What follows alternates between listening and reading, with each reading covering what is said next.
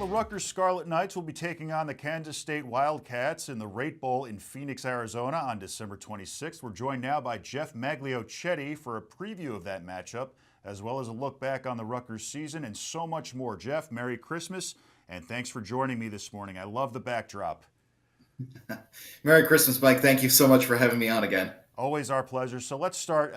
Rutgers overall was kind of streaky this year, finished above 500 with a 7-5 record. Talk about the highs and lows of the season, as well as what kind of matchup we can expect against Kansas State. Yeah, what was so interesting to me about this Rutgers season is that they were predicted, I believe, ninth in the preseason Big Ten poll, and they more or less performed to that standard. But the sad part of it is there's a lingering feeling that there could have been so much more. There were lingering missed opportunities on the schedule. Of course, that matchup against a ranked Illinois team really comes to mind, that one where they lost on the heartbreaking finale in the end. I believe it was fourth and very long in that game, and that could have given that on a relatively high note against a ranked team. They also lost to teams like UCLA. They also lost a 14-7 match to Nebraska. So while there were undeniable steps in the program this season, especially on the Big Ten level, it's unfortunate for those Scarlet Knights because, they're somewhat licking their wounds after missing some opportunities out there. However, having said that, there is a chance to end this year on a true high note with the Rate Bowl. It's actually pretty special out there because they're playing a Kansas State program whom they defeated back in 2006, back at the Texas Bowl.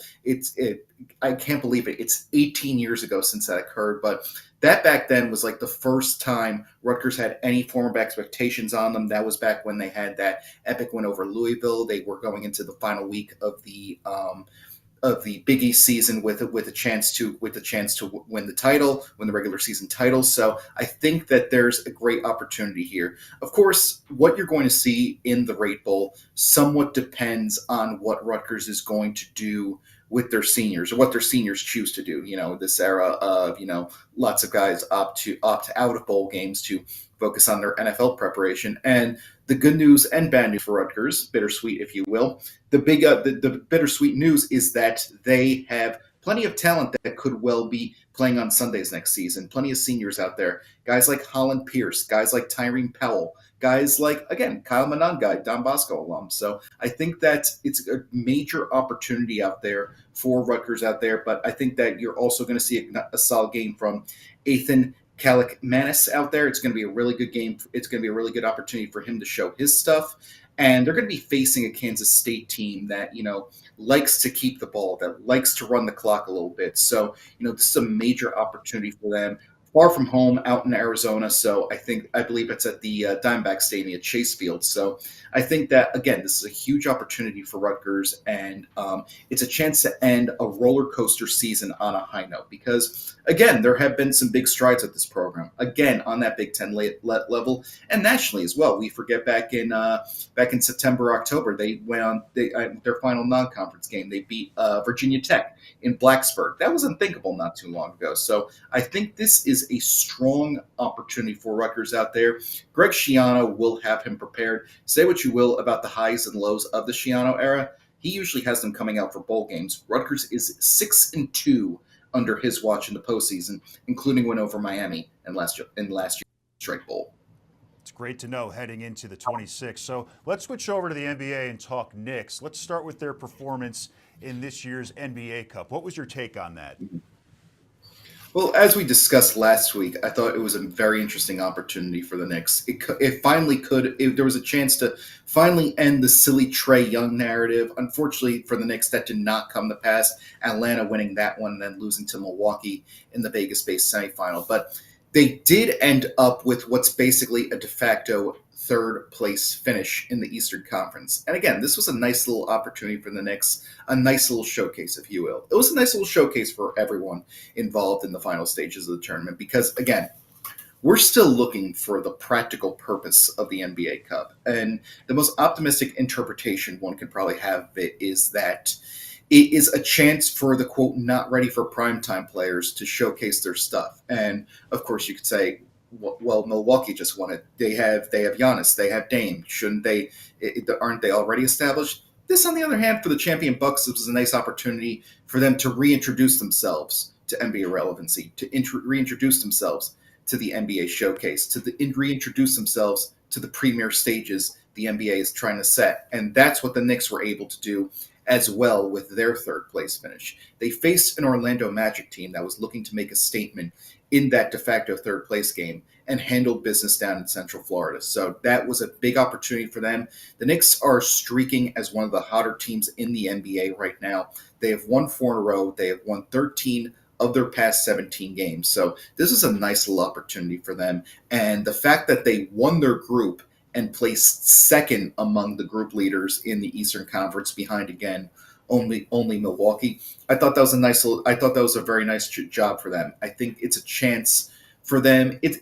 As fickle as it may seem, as superficial as it may seem in the eyes of the casual fan, the NBA Cup, I feel like this gives the Knicks a sense of, this is what it's like to play on the primetime level. This is what we can do. This is who we can be. And we saw some great performances throughout this process. We saw OG Anunoby discover some of his offensive stretch. We saw that in the debut group game against the Philadelphia 76ers. So this was a chance for the Knicks to kind of showcase their stuff on a grander stage, on a national spotlight, no matter how flimsy that stage could be. And we'll see if it pays off come the postseason. But again, it's a nice little showcase for them, and it's something they can really stick in their back pocket come the true tournament playoff time. Absolutely right. So now the past is the past. They have a great matchup to look forward to on Christmas against the Spurs. Both teams are in third place in their respective conferences and looking to gain ground. Do you see this going one way or the other? I think, again, this is another interesting opportunity for them, because when we looked at that schedule at the start of the year, we were perhaps thinking, oh, the Spurs, that seems like an automatic win for the Knicks. But San Antonio, to its credit, they have gone through a lot this season, including the health issues of longtime head coach Greg Popovich. Some of their young talents haven't been as healthy as they'd like to be, such as Jeremy Sochan, who's only played in 15 games this season. But we've seen some strong breakouts from both young talent and established talents in San Antonio. Of course, the story begins and ends with Victor Wembanyama. But at the same time, we've seen Julian Champagnie, St. John's alum, come out and really showcase his stuff out there. San Antonio is currently 7th in the NBA in assists right now. That's somewhat emphasized with the production of Chris Paul, who is leading the team with 8.4 assists per game. So that's really interesting to see and has really thrust the Spurs forward. But again, at the end of the day, the main attraction here is going to be Victor Wembanyama. Wembanyama, of course, faced the Knicks twice last season. He's off to a strong start this year, just over 24 points a game, 10 boards a game, and leading the NBA with just under four blocks a game. And that's going to be a major test for the Knicks interior, which is showing signs of improvement. Karl-Anthony Towns obviously speaks for himself. He has been everything as advertised and then some. And, after what he was able to do this week, particularly in the return to Minnesota against his former team, the Timberwolves, last Thursday, you can make a legitimate case that Towns is going to be an MVP contender, which I found somewhat shocking because it's difficult. I say the same thing working with the New York Liberty. It's difficult to establish an MVP case when there is so much talent stacked on one team. How can Towns make a true MVP case when a player like Jalen Brunson is also on the same team? He's doing it and then some this year. So that I don't see how you can keep Towns out of the MVP discussion. But back to Wemby, this is an interesting opportunity for the Knicks interior. Towns speaks for himself, but the Knicks are also missing Mitchell Robinson out there. Wemby, of course, faced the Knicks twice last season, and the first go-around, he posted 14 points and 9 rebounds, but he shot 4 of 14 from the field and was generally frustrated when he had Mitchell Robinson on him.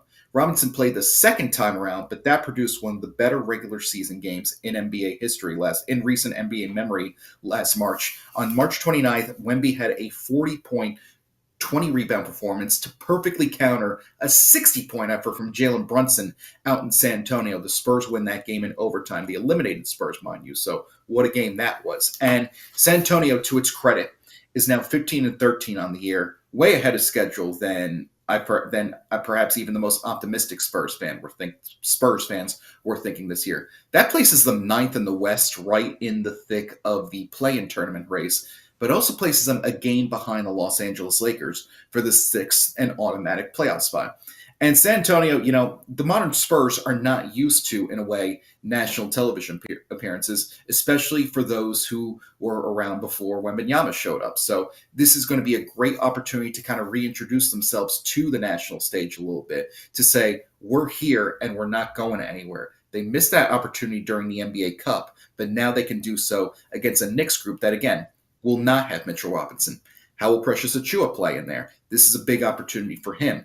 Achiuwa got a start earlier last week. I believe it was against the Timberwolves again on Thursday night. He had a double-double in place of Josh Hart, who sat out due to personal reasons. Jericho Sims, he's had a bit of an up and down year, backing up Towns in the center. Achiuwa more or less sees himself as more of a power forward rather than a pure center. So it's been Sims who has more or less taken over the center spot that Mitchell Robinson typically occupies. So it's that Towns is going to remain in the lineup when Robinson comes back. Unfortunately, according to a report from ESPN's Shams Charania, he will not be back until February. So I think that, this has been an opportunity for Sims. And, it's been a roller coaster year for him, but he's coming off an effort where he was plus 17 on the floor on Saturday night against the New Orleans Pelicans in relief. So this is an opportunity for him. It's an opportunity for everyone.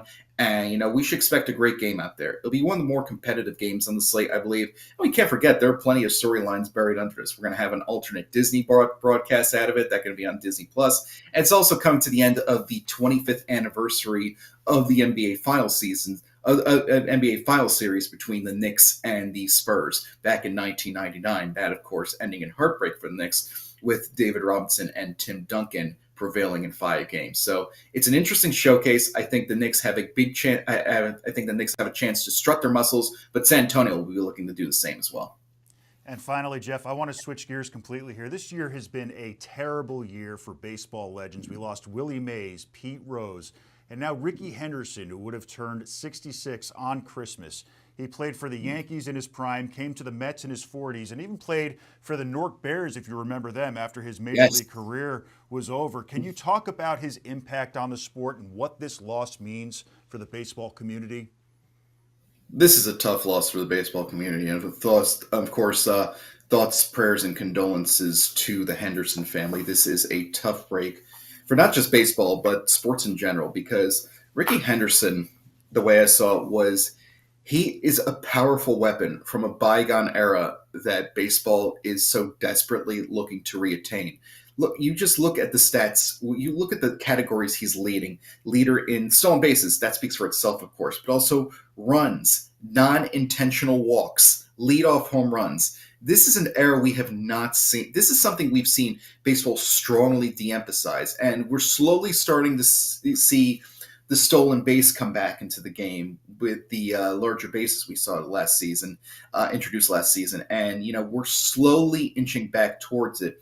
But it's a bygone era that baseball is looking to reobtain, and nobody was better at it than Rickey Henderson. He was the type of player that, satisfied both the jocks and the nerds in a sense.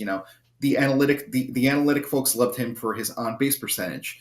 The perhaps casual baseball fan, but the more mainstream baseball fan, I should say, adored him for his power hitting and his personality out there. So this is a major loss for baseball as a whole. I think the famous statistician Bill James put it best when he said, if you split Rickey Henderson, you'd have 2 Hall of Famers. So I think this is a major loss for baseball, a major loss for America in general, and thoughts and prayers to the Henderson family. Rickey, we will miss you. Absolutely. Geoff Magliocchetti, great stuff as always. Thanks for taking the time, and a Merry Christmas to you and yours. Merry Christmas, Mike. Thank you so much for having me on. Appreciate your time and insight. Keep up the good work. Thanks, man. Head over to ONNJ.com for the latest news and sports anytime.